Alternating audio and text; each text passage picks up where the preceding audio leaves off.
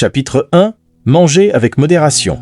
Et si je vous disais que certaines de nos habitudes alimentaires raccourcissent notre vie sans que nous nous en rendions compte? Pourquoi certaines personnes tombent-elles souvent malades alors que l'islam nous a enseigné les bases d'une bonne santé il y a plus de 1400 ans? Le premier conseil est tellement puissant que, si tout le monde l'appliquait, de nombreuses maladies pourraient être évitées. Par la permission d'Allah, écoutez attentivement, car ce conseil vient du Coran et de la Sunna du prophète Mohammed, que la paix et les bénédictions d'Allah soient sur lui. Allah nous a permis de profiter des bonnes nourritures qu'il a créées, mais il nous met également en garde contre les excès. Dans le Coran, Allah dit « Mangez et buvez, mais ne commettez pas d'excès ». Certes, Allah n'aime pas ceux qui commettent des excès. Ce verset nous enseigne que l'équilibre est essentiel. Le prophète Mohammed, que la paix et les bénédictions d'Allah soient sur lui, a également enseigné qu'il suffit à l'être humain de quelques bouchées pour rester en bonne santé. Et s'il mange davantage, qu'il réserve un tiers de son ventre pour la nourriture, un tiers pour la boisson et un tiers pour l'air.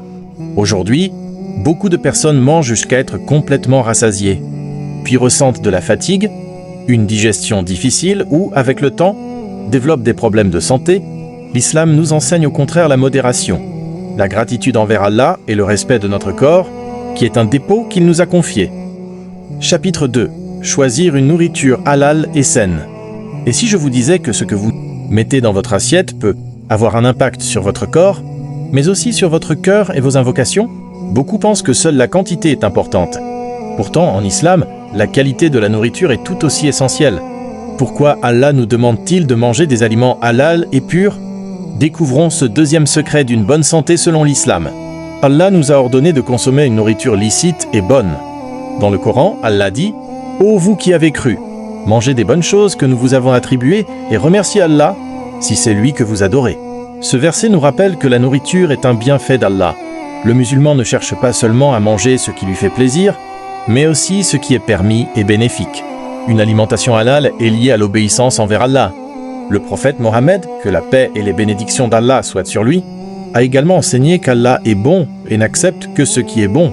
Il a expliqué que celui qui se nourrit de choses illicites peut voir ses invocations ne pas être exaucées.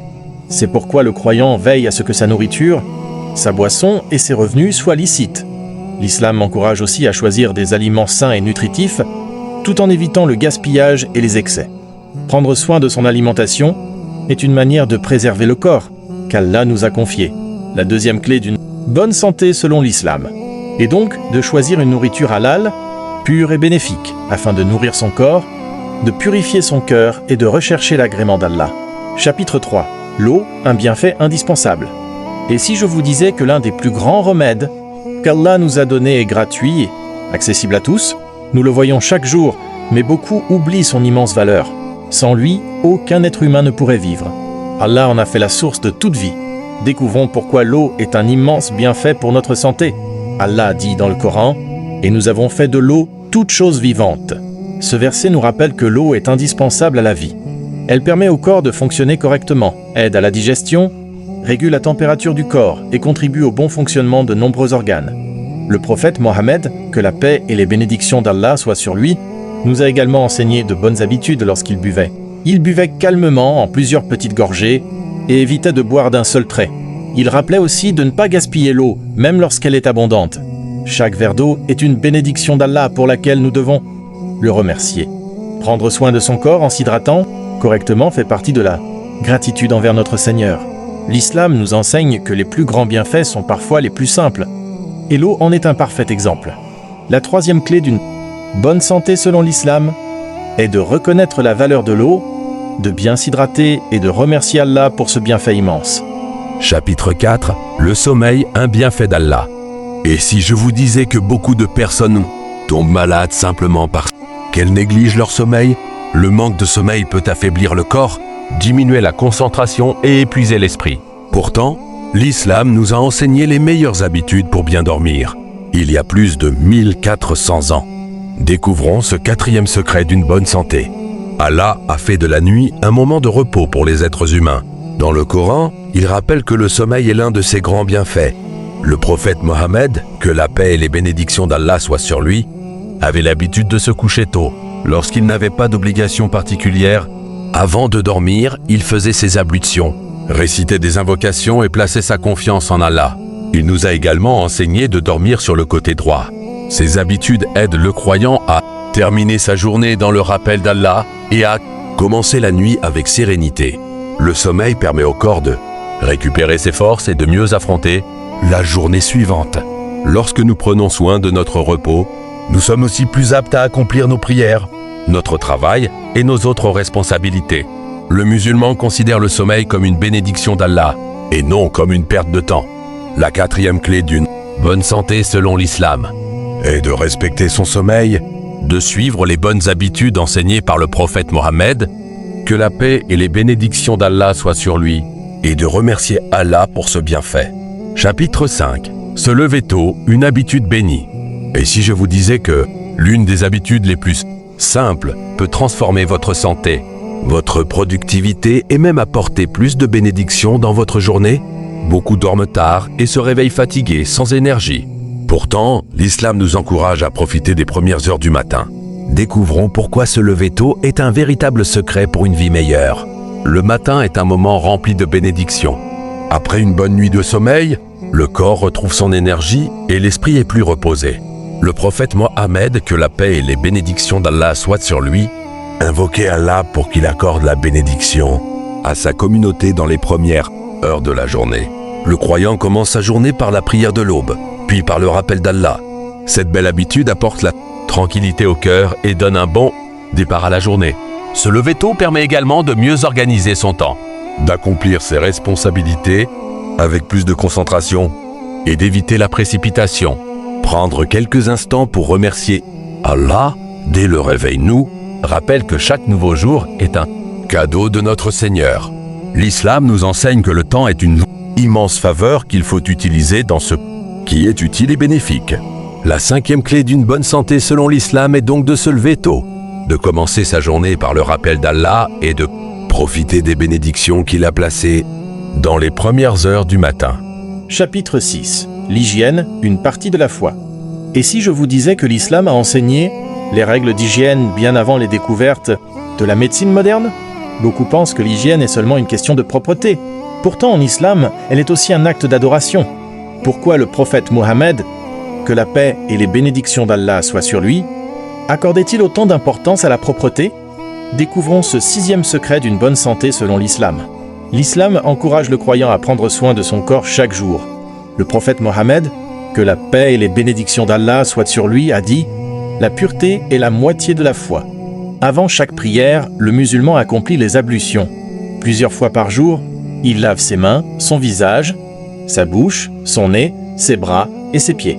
Cette pratique est à la fois un acte d'adoration et une habitude bénéfique pour l'hygiène. Le prophète encourageait également à se brosser les dents avec le siwak ou tout autre moyen de nettoyer les dents. Il recommandait aussi de couper régulièrement les ongles, d'entretenir ses cheveux, de porter des vêtements propres et de garder son environnement propre. Prendre soin de son hygiène, c'est aussi protéger sa santé et celle des autres. Le musulman cherche à être propre non seulement devant les gens, mais surtout devant Allah. Chaque geste de propreté accompli avec une bonne intention peut devenir une source de récompense. La sixième clé d'une bonne santé selon l'islam est de faire de l'hygiène une habitude quotidienne, car elle protège le corps, embellit le comportement et fait partie de la foi. Chapitre 7. L'activité physique, un corps fort est une bénédiction. Et si je vous disais que rester assis toute la journée peut affaiblir votre corps, même si vous mangez bien? Beaucoup pensent que l'exercice est une mode moderne. Pourtant, l'islam encourage un corps fort depuis plus de 1400 ans. Pourquoi le prophète Mohammed, que la paix et les bénédictions d'Allah soient sur lui, encourageait-il la force physique? Découvrons ce septième secret d'une bonne santé selon l'islam. Allah nous a confié notre corps. Prendre soin de sa santé est une responsabilité. Le prophète Mohammed, que la paix et les bénédictions d'Allah soient sur lui, a dit « Le croyant fort est meilleur et plus aimé d'Allah que le croyant faible, bien qu'il y ait du bien dans chacun d'eux. » Cette force ne concerne pas seulement la foi, elle inclut aussi la force physique qui permet d'accomplir les actes d'adoration et les responsabilités du quotidien. Le prophète marchait régulièrement. Il encourageait également des activités comme la marche, la course, l'équitation, le tir à l'arc et la natation. Aujourd'hui, marcher chaque jour, faire un peu d'exercice ou pratiquer un sport bénéfique aide à renforcer le cœur les muscles et l'endurance. L'islam nous enseigne à éviter la paresse et à utiliser notre corps dans ce qui plaît à Allah.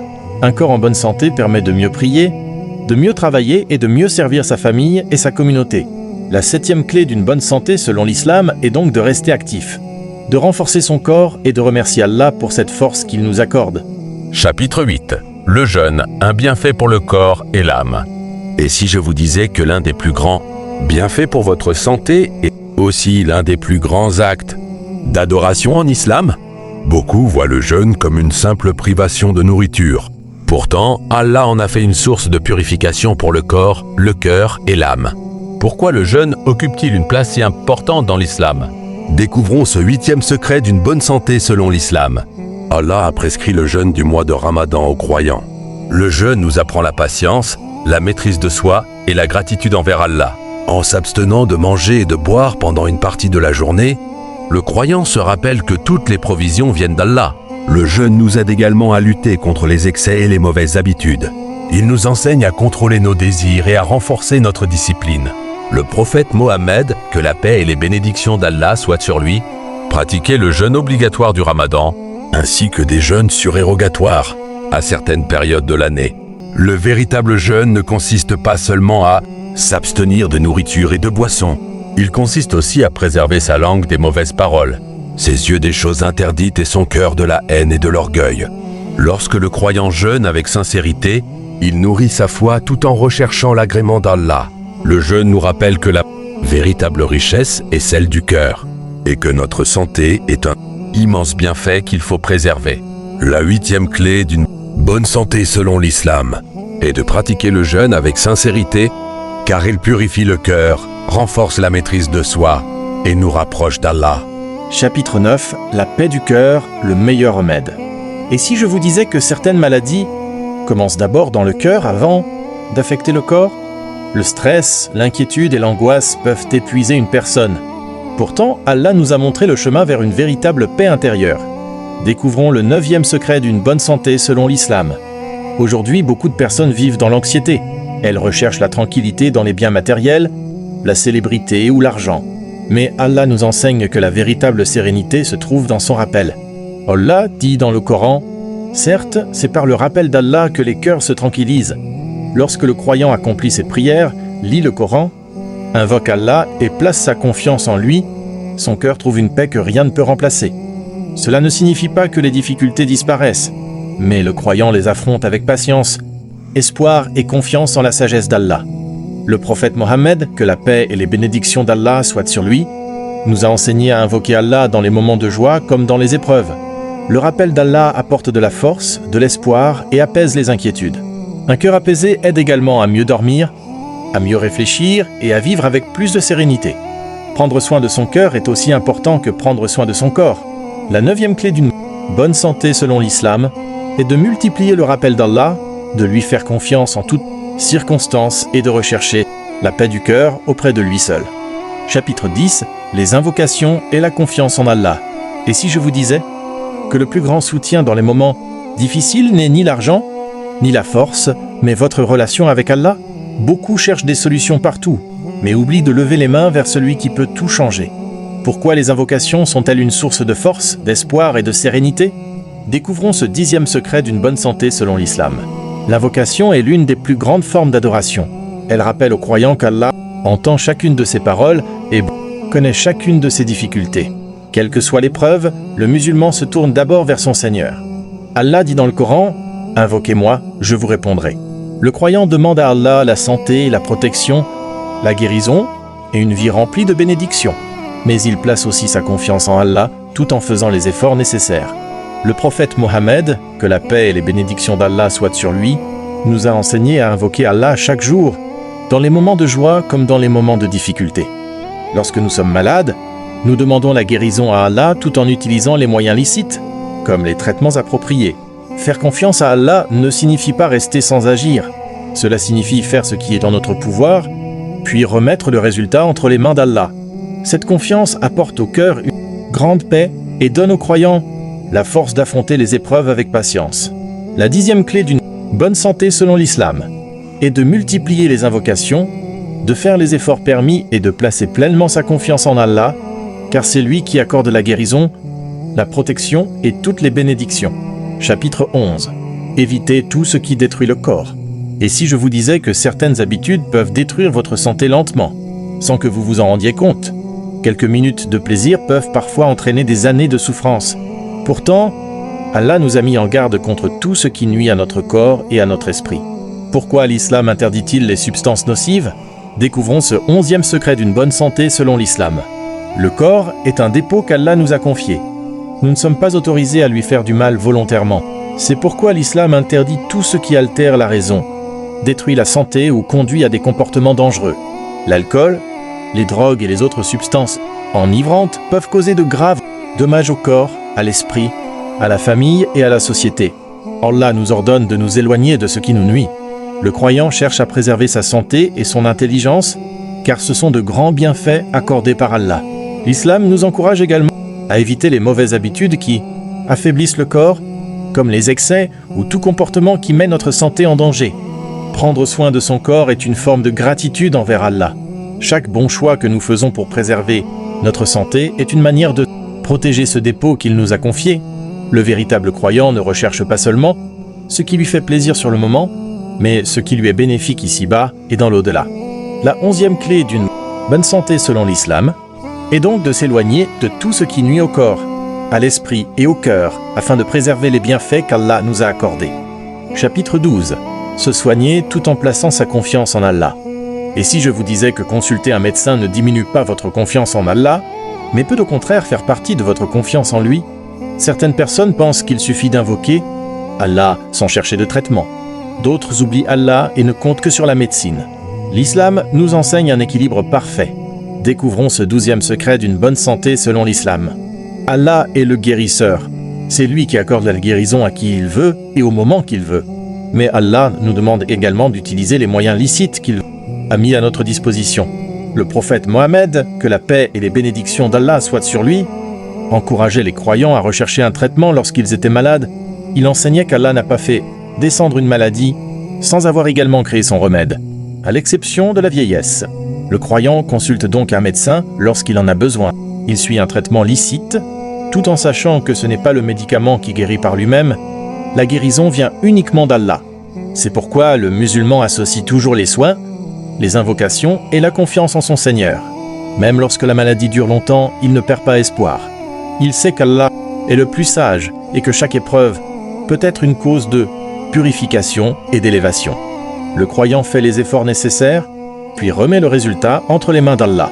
La 12e clé d'une bonne santé selon l'islam est donc de rechercher les traitements licites, de consulter les personnes compétentes lorsque c'est nécessaire et de placer sa confiance totale en Allah, le seul qui accorde la guérison. Chapitre 13. Les bonnes relations, un remède pour le cœur. Et si je vous disais que certaines maladies commencent par la haine, la colère ou les disputes avant de toucher le corps? Beaucoup prennent soin de leur alimentation, mais oublient que la paix du cœur influence aussi leur bien-être. Pourquoi l'islam accorde-t-il une si grande importance aux bonnes relations avec les autres? Découvrons ce 13e secret d'une bonne santé selon l'islam. L'islam nous enseigne que le croyant doit avoir un bon comportement envers les autres.